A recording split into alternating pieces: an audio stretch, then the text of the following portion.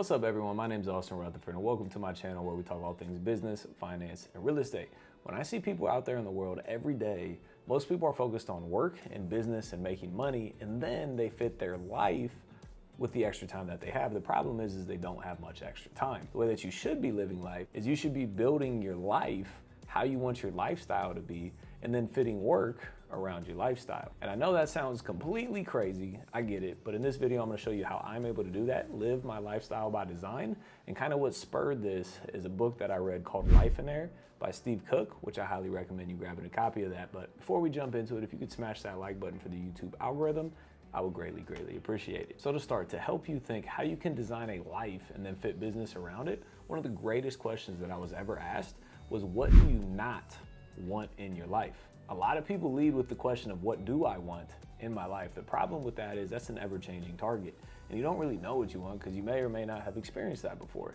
But when you ask yourself what you do not want in your life, most people have a very clear, defined vision for exactly what they do not want in their life. So whether that's having to go in to, and punch a 9 to 5 clock and sit in the cubicle, or having to travel, every week for your business and having to be away from your family, or, having to manage, 100 employees and you don't want that, crazy overhead and crazy risk. Whatever it is that you do not want in your life, take some time, seriously, to sit down and write out what you don't want in my life. Because I know in my life, I know exactly what I do not want, exactly what I don't want. And it allows me to have a much clearer vision because I know exactly what I do not want. So what the book Lifeonaire talks about is they talk about how most people in life just go after those nice shiny objects. That new house or that dream house, the 5,000, 10,000 square foot house, or the dream car, or the boat, or the ATVs, or the watches, or the purses, or the Gucci, Louis, Prada, or whatever it is.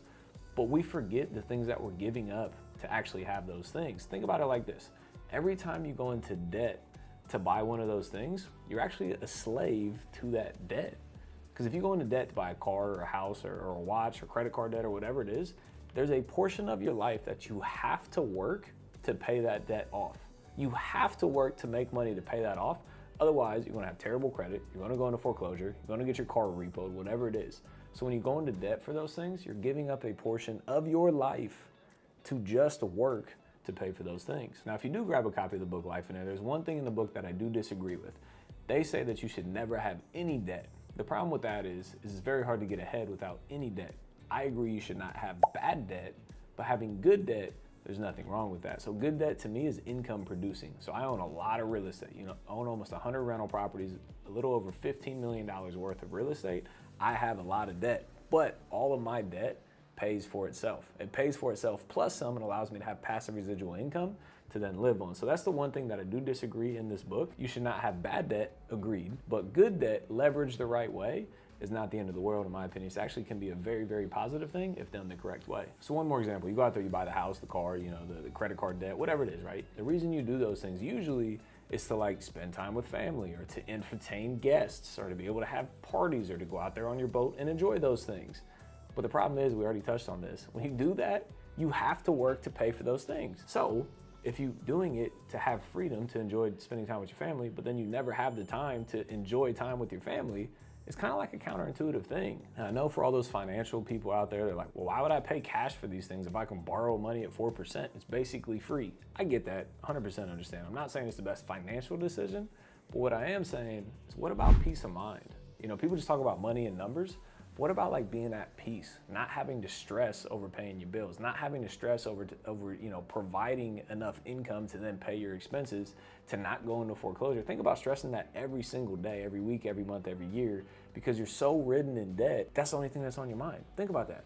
What about peace of mind? What about not having all those debts and actually living free to allow your mind to go out there and create more ideas and more ways of making more money versus just, trying to stay on the hamster wheel and keep up with the Joneses? So if you are one of those people out there that has a ton of debt, maybe take a step back and rethink what that's for. If you own a bunch of brand new cars, right? Why not own the car that's older, works just the same, and allow yourself to be able to save money for the future, to invest money for the future, to have time on your hands for you to go out there and build a business or build another stream of income versus having to work 10, 12 hours a day just to keep up with the payments that you have. And I know this can't happen overnight. You can't just be like, oh, well, you know, Austin, I'm just gonna get rid of all my debt tomorrow.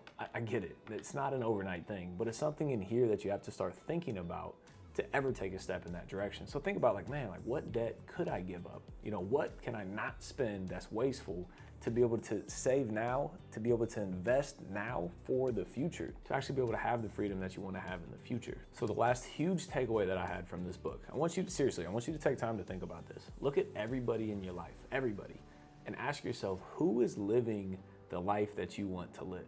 Who's truly, truly living the life that you want to have? You know, whether that's if you want freedom, you know, who actually has that freedom? If you want to be, you know, an amazing family man, husband, you know, dad, whatever it is, wife, girlfriend, if you want to be amazing at that, think about who's living that.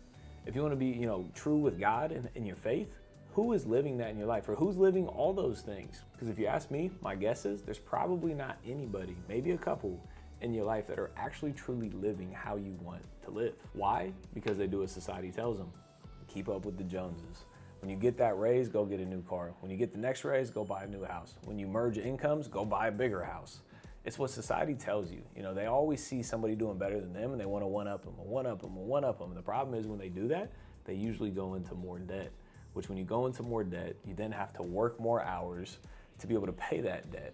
So it's literally counterintuitive. The way that society brings us up, you know, may not be the best way of doing things. If you look around and nobody in your circle that you know of is living life how you want to live, maybe we need to change the system.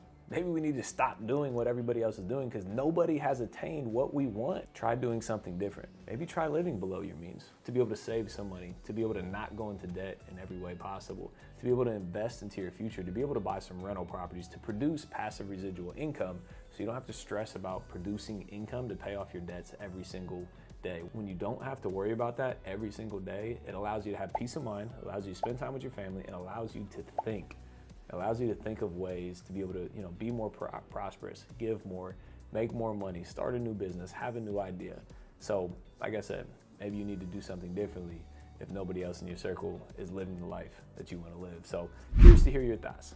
Drop a comment in the comment section below. Let me know what your thoughts are on this. If you've ever read the book Lifeonaire, again, highly, highly recommend it. While you're down there, if you could smash that like button for the YouTube algorithm, I would greatly appreciate that.